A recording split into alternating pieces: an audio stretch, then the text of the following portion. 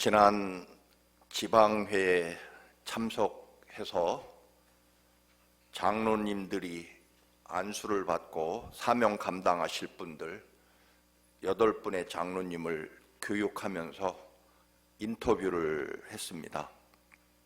한 장로님께 질문 드렸습니다.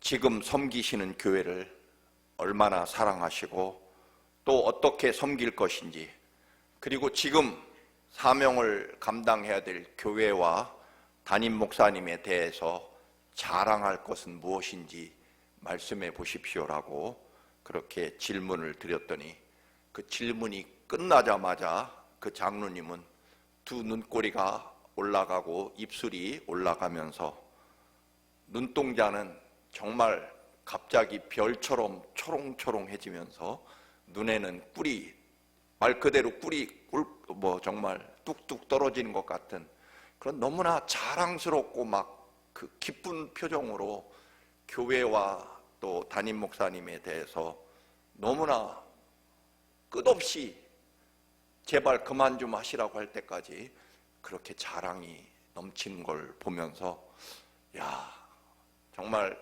감동스럽고 부럽고 그랬습니다. 다음날 마침 그 담임 목사님하고 아침 식사를 같이 하게 되었습니다. 어제 그 교회 장로님 교육을 하면서 내가 너무나 감동을 받았고 목사님이 너무 부러웠습니다. 그렇게 얘기를 전했습니다. 그랬더니 그 목사님이 식사를 하다가 숟가락을 내려놓더니 사실은 좀 다릅니다. 반전이 있었습니다. 그 장로님은 17년 전에 한국에서 남편이 뺑소니 교통사고로 갑자기 돌아가시고 정말 어린 4 자식을 데리고 무작정 미국으로 왔다는 것입니다. 결국 그래서 교인들이 함께 돕고 또 크레딧이 없어서 담임 목사님이 아파트를 얻어주시고 그리고 4 자녀 학교 입학시켜주고 통역해주고 나중에는 대학 입시 그 상담까지 다 해서 좋은 대학 나오게 하고 미국의 자녀들이 잘 정착하게 했다는 것입니다. 더 놀라운 것은 교회에서 영주권까지 해 주었습니다. 정말로 교회가, 하나님과 교회가 그분과 그 장로님과 가족들을 사실은 살린 것이었습니다. 그런데 그 장로님이 최근에 형편이 좋아져서 이제 꿈에도 그리던 집을 장만하게 되셨다는 것입니다. 그런데 나중에 집을 샀습니다라고 담임 목사님에게 말씀드리는 그 집이 어디냐면 교회에서 자동차로 50분이나 걸리는, 트래픽이 심하면 1시간도 넘는 그 먼 좋은 동네에 집을 구입하셨다는 것입니다. 말씀드린 대로 그 장로님과 가족은요, 교회와 하나님이 그 가족의 삶의 생명이었고 사실은 중심이었습니다. 그리고 그 장로님도 실제로 미국에 오시고 나서부터는 기도와 예배가 그 가정의 생명줄이었었습니다. 그런 사랑과 은혜를 받았지만 막상 평생 소원, 내 집 마련을 할 때에는요, 교회와 기도 생활과 예배는 단 1%도 고민의 대상이 아니었다는 것입니다.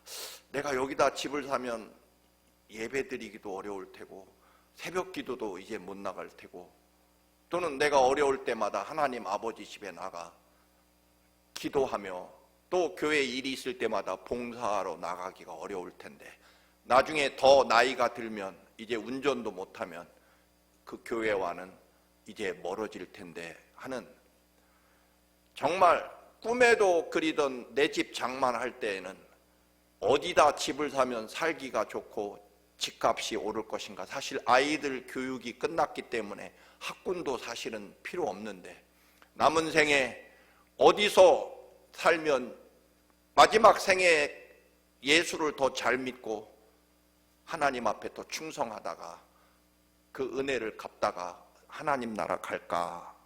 그게 고민이 아니었고, 여러분 1%라도 집 사기 전에 담임 목사에게 어디다 집을 사면 신앙생활 잘하고 내가 끝까지 하나님의 은혜를 갚으며 살 수 있을까요? 그런 말은 이런 반구도 없다가 집을 떡하니 사시고 나서는 여기다 집을 샀습니다. 축하해주고 기도해 주십시오. 여러분, 목사가 가서 기도를 해줘야 될까요? 말아야 될까요? 해줘야 되겠죠, 그죠? 그러나 기쁨으로 하기엔 쉽지 않았다, 그런 말씀입니다. 한마디로 하나님의 은혜와 믿음을 말하지만 정말 삶의 가장 중요한 선택의 문제가 생길 때 하나님과 교회는 전혀 고려 대상이 아니었다라고 하는 그 믿음에 대해서 많이 상처를 받았다, 뭐 그런 얘기를 들었습니다. 여러분은 어떠십니까? 사실 우리 청암교회도 교회를 건축하며 이런저런 많은 일들이 있었지만 어느 집사님께서 그랜드 피아노를 봉헌을 하셨습니다.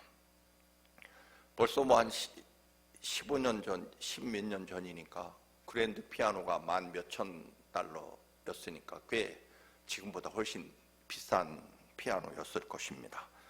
사실은 그 집사님 딸이 뉴욕에 커네티컷에 유학을 왔을 때 마침 큰아이가 그쪽 동네 대학을 다니고 있어서 통역을 해주고 입학을 할 때 도움도 주고 뉴욕에 와서 피아노 교수에게 레슨을 받을 때 또 통역도 해주고 그런 도와준 인연으로 우리 교회에 나왔고 교회가 건축되니까 피아노를 봉헌을 하셨습니다. 그런데 그 따님이 이제 뉴욕의 꽤 유명한 음악대학 피아노 전공으로 합격을 했고 그리고 피아노를 봉헌을 하셨습니다. 입학을 하자 며칠 안 돼서 당신 딸을 교회 반주자로 세워달라는 요청이 있었습니다. 교회 반주라는 것이 일단 믿음 생활에 연륜이 있어야 되고 또한 예배의 흐름을 잘 이해하고 있어야 되고 그리고 사실은 많은 상처도 받으니까 인내심도 필요합니다. 이제 고등학교 졸업한 아이가 너무 어립니다. 좀 더 훈련하고 기다리시기 바랍니다. 라고 거절을 했더니 며칠 후에 전화가 왔습니다. 무슨 전화일까요? 피아노를 다시 달라는 것입니다. 사실 법적으로 줄 의무는 없습니다. 이미 봉헌한 것이고 또 일부 교인들께서는 분노해서 그거 주면 안 됩니다라고 반대하는 분들도 계셨지만 저는 제가 누굽니까? 첫째, 그런 마음으로 그런 조건으로 봉헌한 피아노를 하나님이 받으실 리가 없고 두 번째로 앞으로 10년, 20년 동안 몇십 년 동안 하나님 앞에 예배 드려야 될 거룩한 피아노가 그런 식으로 드려진 피아노는 필요 없습니다. 당장 실어 가십시오 하고 돌려보냈습니다. 다음 주에 와보니까 피아노가 없죠. 그래서 일부 집사님들이 분노해가지고 비록 우리가 돈은 없지만 매달 50불, 100불씩 갯돈을 내서 피아노를 월부로 사서 24개월 동안 젊은 집사님들이 갚으셨습니다. 그 피아노가 여기 증거로 있습니다. 여러분. 사연이 있는 피아노입니다. 여러분. 굳이 이 말씀을 다시 드리는 이유는 우리가 믿음으로 은혜로 감사함으로 노래하고 하나님 앞에 때로는 눈물도 흘리고 하나님 뜻대로 살겠다고 결심하지만 정말 기분이 나빴을 때 정말 상처가 크게 받았을 때 혹은 내 목적과 내 이익이 이루어지지 않았을 때 큰 손해가 날 것 같을 때 혹은 죽을 것 같을 때 그 믿음을 거두어 드리고 하나님을 포기하는 그런 감정적이고 인간적인 믿음이 가득한 시대를 사실 우리는 살아가고 있습니다. 결국 믿는다고 착각했거나 아니면 사실은 가짜 믿음이었을 것입니다. 히브리서 11장은 한마디로 믿음, 오직 믿음이라고 하는 이야기로 시작해서 끝납니다. 믿음이라는 단어를 26번이나 반복합니다. 그리고 히브리서 11장은 위대한 믿음의 영웅들의 이야기가 쭉 기록되어 있습니다. 믿음의 영웅이란 히브리서에 의하면 한마디로 말하면 그들은 믿음으로 시작해서 믿음으로 철저하게 살다가 믿음으로 죽었다. 끝까지 그들의 생애 전체는 믿음이었다라고 말합니다. 특히 오늘 본문의 아브라함은 하나님을 절대적으로 믿는 믿음으로 주어진 삶을 포기하고 안정된 삶의 자리를 포기하고 오직 하나님을 믿는 믿음으로 미지의 땅, 알 수 없는 곳으로 믿음을 따라 가서 살다가 이제 마지막 생애의 보람이고 마지막 인생의 열매이고 희망인 하나 남은 아들 이삭을 번제로 드리라. 모리아 산에 가서 불태워서 하나님께 제물로 드리고 아브라함은 마지막 남은 희망이었던 이삭이 재로 사라지는 그런 명령을 받게 됩니다. 그런데도 아브라함은 이삭을 제물로 드렸다. 오늘 본문 19절을 세 번역으로 읽어봅니다. 하나님께서는 이삭을 죽은 사람들 가운데에서도 되살릴 수 있다고 아브라함은 생각했던 것입니다. 비유하자면 아브라함은 이삭을 죽은 사람들 가운데서 되돌려 받은 것입니다. 여러분, 이 말씀을 오해하시면 안 됩니다. 아브라함이 이삭을 제물로 드리는 척하면 하나님께서 설마 죽이시기까지 하겠어? 됐어 라고 말하시겠지. 그런 마음으로 이삭을 드린 게 아니라는 것입니다. 일단 오늘 본문에 보면 이삭을 죽은 사람들 가운데서 되돌려 받았다, 이 말씀은 실제로 이삭이 불태워질 것이다 라고 하는 것, 그것을 아브라함은 각오했다라고 하는 의미입니다. 아브라함이 진심으로 이삭을 드리려 했고 하나님도 아브라함의 진심, 하나님도 아브라함을 이삭을 받는 척 하시려고 한 게 아니라 진짜로 진심으로 받으려고 하셨는데 아브라함이 아들 이삭을 진심으로 드리니까 하나님도 아브라함의 진심을 아시고 진심을 받았으니 됐다라고 하시고 어린 양으로 대신 제물을 삼으신 것을 우리는 알고 있습니다. 여러분, 오늘 본문은요, 또 하나 오해하지 말아야 될 것은 하나님이 이삭을 거두어 드리시려고 이삭을 내놓으라고 하신 내 목적이 있는 것이 아닙니다. 더 근본적으로는요, 하나님은 아브라함을 찾고 싶으셨던 것입니다. 어느새 외아들 마지막 남은 자기의 생애의 보람이며 희망인 아들 이삭을 하나님보다 더 소중하게 여긴 아브라함의 변질된 믿음, 그 아브라함을 본토 친척 아버지 집을 떠나고 오직 하나님만 바라보며 그 길을 떠났던 아브라함을 되돌려받고 싶은 것이지, 아브라함이 하나님 앞에 되돌아 서기를 원하신 것이지 이삭을 돌려받고 싶은 것이 아니었다라고 하는 것입니다. 여러분, 하나님이 여러분 돈을 뺏고 싶으신지 아십니까? 오해하지 마십시오. 하나님은 여러분의 돈과 재산에 관심 없으십니다. 여러분 자식을 하나님이 뺏고 싶으실까요? 오해하지 마십시오. 여러분 자존심 체면, 그거 하나님이 관심 있으신 거 아닙니다. 하나님의 관심은요, 여러분이 하나님 앞에 돌아오고 여러분을 받고 싶으신 것입니다. 어떤 여러분?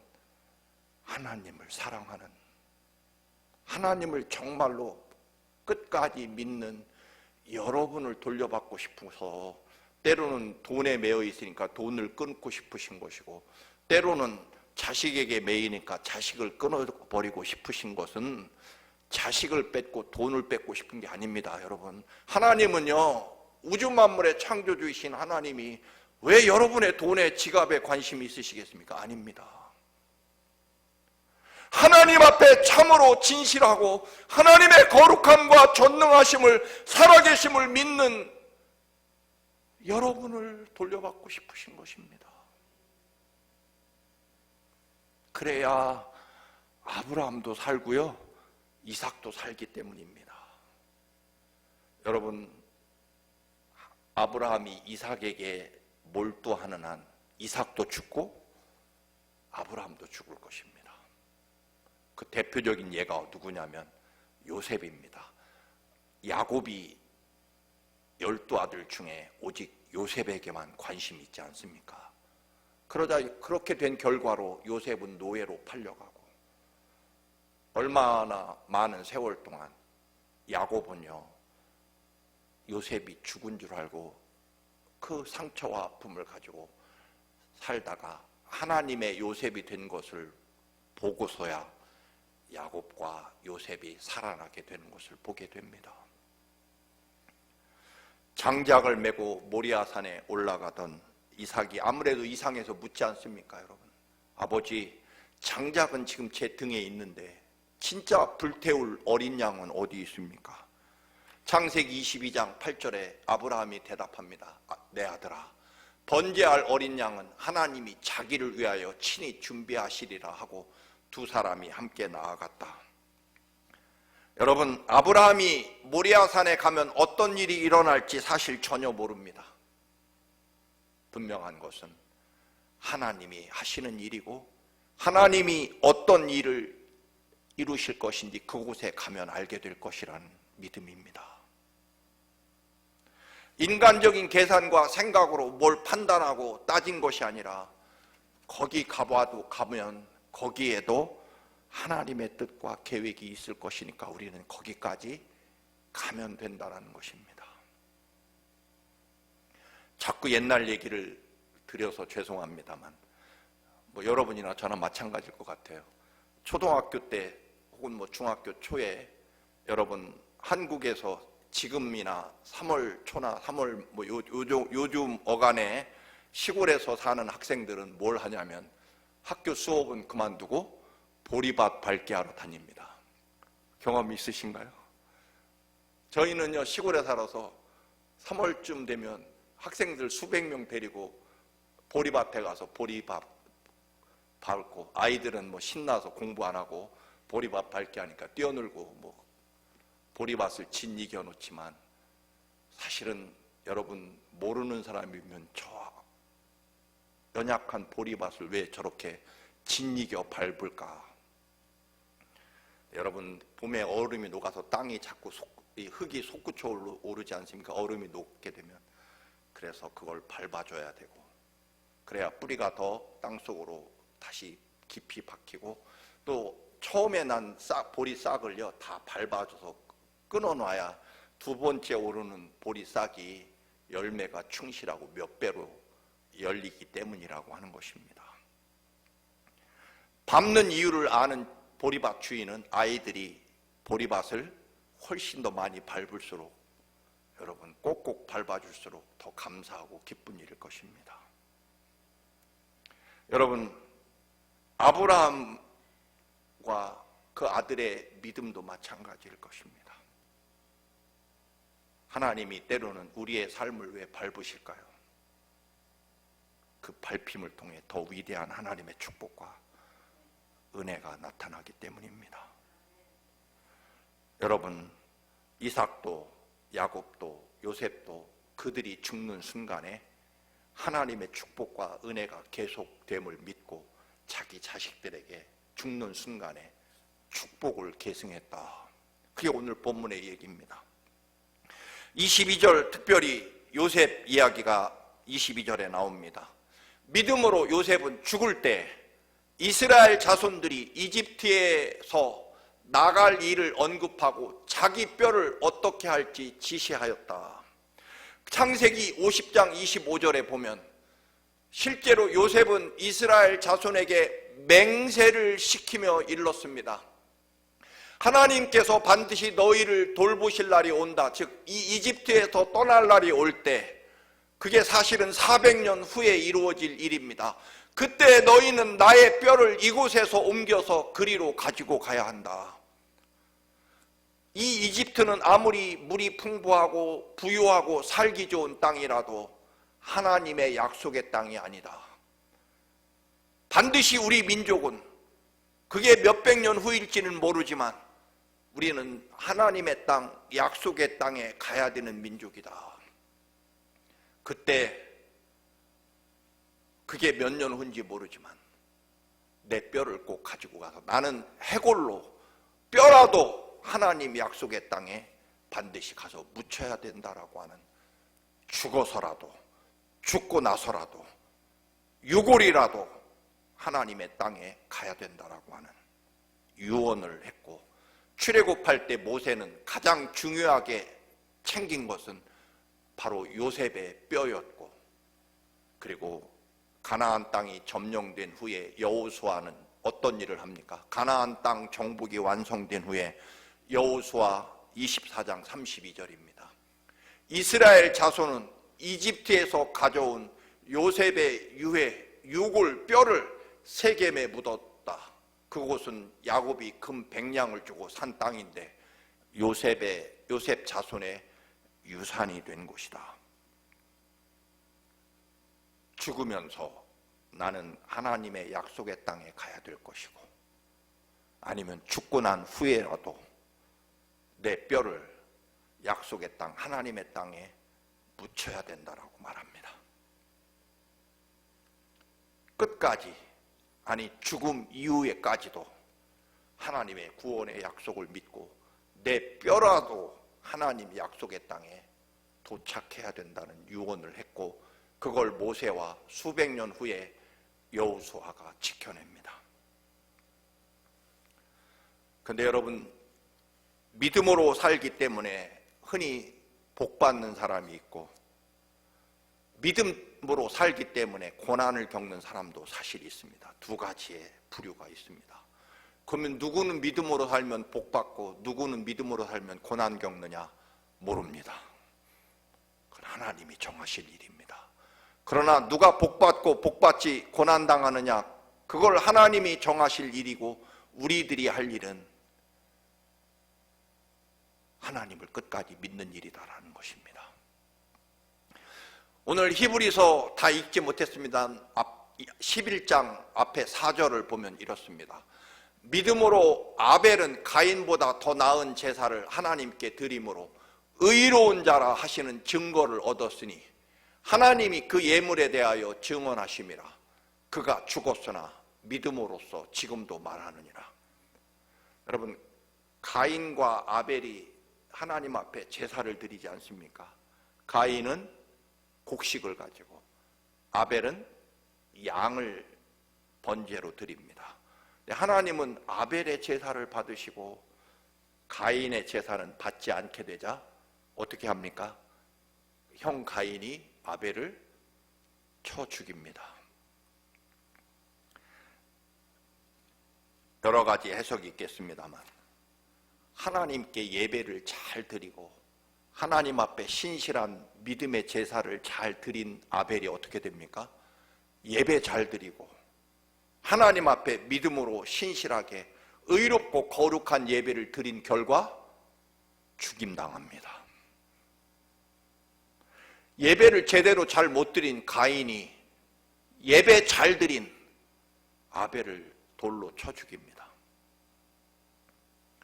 결국 내가 믿음으로 살았기 때문에 어떤 결과가 이루어지느냐가 아니라, 나에게 어떤 결과가 주어지더라도 하나님이 내게 믿음의 열매와 결과가 어떻게 주어질지라도 나는 여전히 믿음으로 살았는가가 믿음이라는 것입니다. 그러면 가인은 복받은 거고 아벨은 저주받은 거 아닙니까? 예배 잘 드린 아벨은 저주받고 죽었으니까.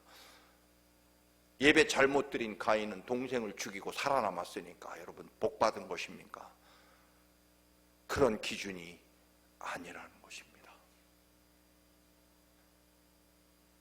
다시 말씀드립니다. 믿음은요, 내가 믿음으로 살아서 어떤 복을 받았는지가 아니라 내가 믿음으로 살았기 때문에 어떤 결과가 주어져도 여전히 나는 하나님을 믿는 믿음이냐, 그게 믿음이라는 것입니다. 오늘 본문의 뒤를 이어서도 계속 믿음의 영웅들의 이야기가 나옵니다.